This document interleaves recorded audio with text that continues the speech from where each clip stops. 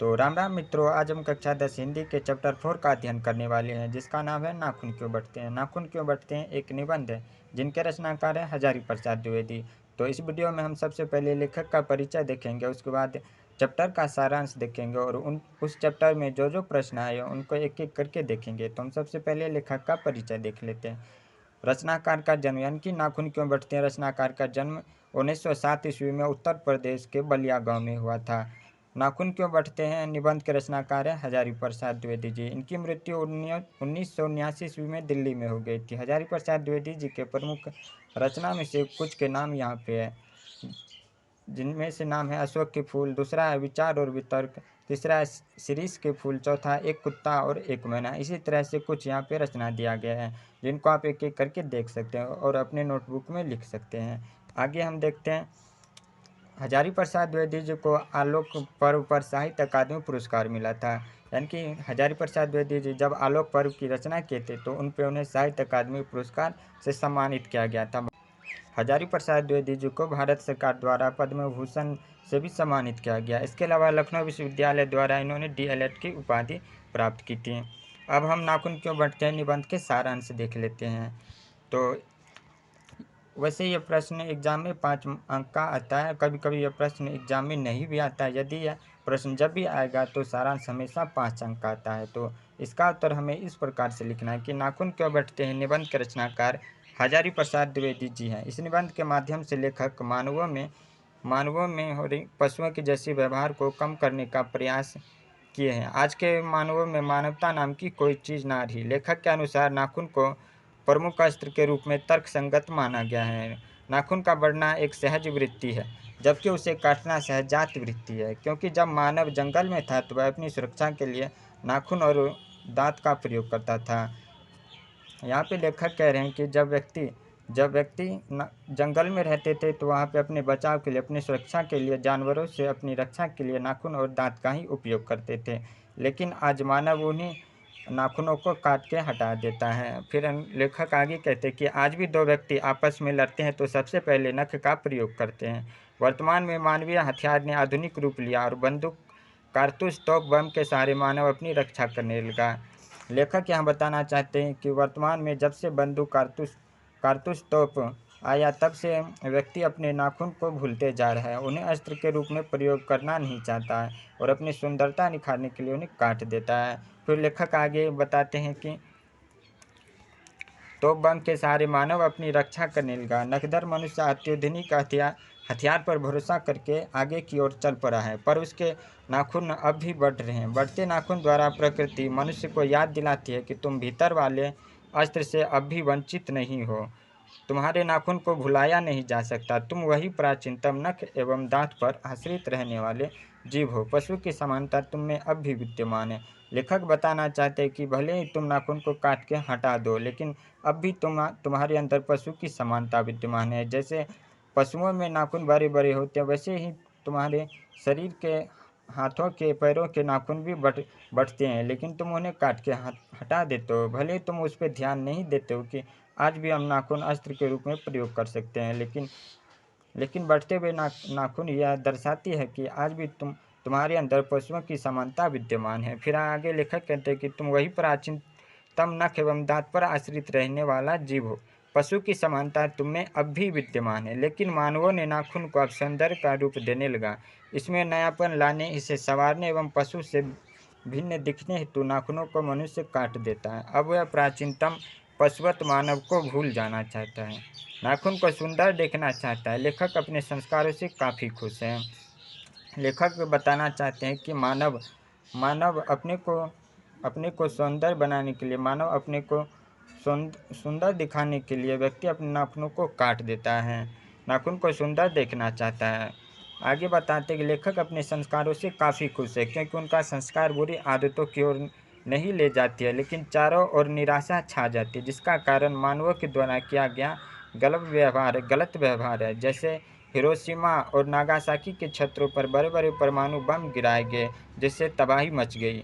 लेखक के अनुसार नाखून मानव की हिंसा, अंदर की पशुता तथा नफरत है, जो एकता को तोड़ने का कार्य करती है। मानवों में प्रेम, प्यार, त्याग की पाठ का कोई असर नहीं पड़ता है। लेखक मनुष्य की बेहयापन की ओर इशारा करते हुए कहते हैं कि जब किसी मनुष्य पर कड़ी निगाह रखी जाती है तो वह अनुशासन में रहता है, लेकिन नज़र हटाते ही गलत काम करना शुरू कर देता है। लेखक बताना चाहते हैं कि व्यक्ति की यह वृत्ति या आदत बन गई कि जब वह किसी के अंदर रहता है, जब कोई व्यक्ति गलत व्यवहार करने वाले पर अनुशासन करता है, उस पर नज़र रखता है, तो वह गलत काम नहीं करता है। लेकिन जैसे उस व्यक्ति का नज़र उस पर से हटता है तो वह व्यक्ति फिर अपना कार्य करना प्रारंभ कर देता है, फिर वह गलत कार्य की ओर अग्रसर हो जाता है। आगे कहते हैं, जिस प्रकार से नाखून को काटने पर दर्द नहीं होता, लेकिन छोड़ देने पर वह काफ़ी बढ़ जाता है। अब हम पुस्तक आधारित कुछ प्रश्नों को देख लेंगे। इस वीडियो में हम कुछ प्रश्नों को ही देखेंगे, अगले वीडियो में उससे आगे के प्रश्नों को हम देखने वाले हैं। तो सबसे पहला प्रश्न है कि नाखून क्यों बढ़ते हैं। यह प्रश्न लेखक के आगे कैसे उपस्थित हुआ। मित्रों, यह प्रश्न एग्जाम में काफ़ी बार पूछा जा चुका है और यह प्रश्न 2 अंक का आता है। तो इसका उत्तर हम इस प्रकार से लिखेंगे, नाखून क्यों बढ़ते हैं। यह प्रश्न लेखक के आगे उनकी लड़की के माध्यम से उपस्थित हुआ, यानी कि लेखक के बेटी के माध्यम से उनके सामने उपस्थित हुआ। चूँकि यह प्रश्न एग्जाम में 2 अंक का आता है, इसलिए इसका उत्तर भी छोटा ही होगा। दूसरा प्रश्न है हमारा, बढ़ते नाखून द्वारा प्रकृति मनुष्य को क्या याद दिलाती है। तो इसका उत्तर लिखेंगे, प्राचीन काल में मनुष्य जंगली था, वह वनमानुष की तरह था। उस समय वह अपने नाखून की सहायता से जीवन की रक्षा करता था। दांत होने के बावजूद नख ही उसके असली हथियार थे। उन दिनों अपने प्रतिद्वंदियों को पछाड़ने के लिए नाखून ही आवश्यक अंग थे। कालांतर में मानवीय हथियार ने आधुनिक रूप लिया और बंदूक, कारतूस, तो बम के रूप में मनुष्य की रक्षा प्रयुक्त होने लगा। लेखक बताना चाहते हैं कि जब से बंदूक, कारतूस, तोप, बम का आविष्कार हुआ है, जब से ये आया है, तब से व्यक्ति अपने नख की ओर ध्यान नहीं देने लगा, यानी कि तब से व्यक्ति अपने नख को अस्त्र शस्त्र के रूप में प्रयोग नहीं करता है। अब वह बंदूक और तोप के माध्यम से ही अपना रक्षा कर लेता है। फिर कहते हैं, नकदर मनुष्य अत्याधुनिक हथियार पर भरोसा करके आगे की ओर चल पड़ा है, पर उसके नाखून अब भी बढ़ रहे हैं। बढ़ते नाखून द्वारा प्रकृति मनुष्य को याद दिलाते हैं कि तुम भीतर वाले अस्त्र से, यानी कि नाखून से, अब भी वंचित नहीं हो। तुम्हारे नाखून को भुलाया नहीं जा सकता है। तुम वही प्राचीनतम नख एवं दंत पर आश्रित रहने वाला जीव हो। पशु की समानता तुम में अब भी विद्यमान है। हमारा तीसरा प्रश्न होगा कि लेखक द्वारा नाखून को अस्त्र के रूप में देखना कहाँ तक संगत है।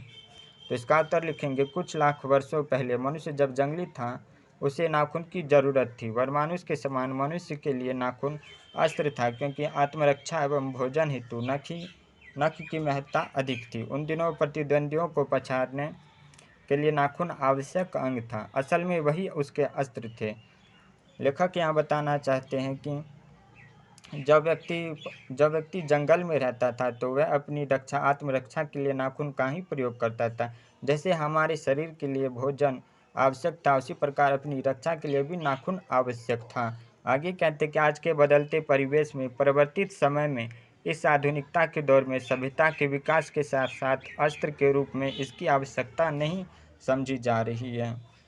लेखक कहते हैं कि आज के आधुनिक युग में जब से बंदूक, कारतूस, तोप का आविष्कार हुआ है, जब से ये सब आया है, तब से व्यक्ति नाखून को अस्त्र के रूप में इसकी आवश्यकता को नहीं देखती। अब मनुष्य पशु के समान जीवन यापन नहीं करके आगे आगे बढ़ गया, इसलिए समयानुसार अपने अस्त्र में भी परिवर्तन कर लिया है। लेखक कहते हैं कि समयानुसार, यानी कि समय के साथ, जैसे पहले व्यक्ति जब जंगल में रहता था तो तब वह अपनी रक्षा के लिए, आत्मरक्षा के लिए दांत और नख को आवश्यक समझता था। अपनी रक्षा नाखूनों के माध्यम से करता था, लेकिन समय के साथ साथ अब व्यक्ति नाखूनों से अपनी रक्षा न कर बंदूक, कारतूस, तोप से अपनी रक्षा करता है। आगे कहते हैं, प्राचीन समय के लिए अस्त्र कहा जाना उपयुक्त है, तर्कसंगत है, लेकिन आज यह मानवीय अस्त्र के रूप में प्रयुक्त नहीं है। प्राचीन समय के लिए भले ही नाखून, दांत अस्त्र के रूप में प्रयोग किया जाता था, लेकिन अब यह वर्तमान समय में इसकी उपयोगिता खत्म हो गई है। हमारा अगला प्रश्न होगा, मनुष्य बार बार नाखून को क्यों काटता है। क्या कारण है कि मनुष्य बार बार नाखून को काटता है। आपके मन में भी कभी कभी यह प्रश्न आया होगा। तो इसका उत्तर लेखक इस प्रकार देते हैं कि मनुष्य निरंतर सभ्य होने के लिए प्रयासरत रहा है।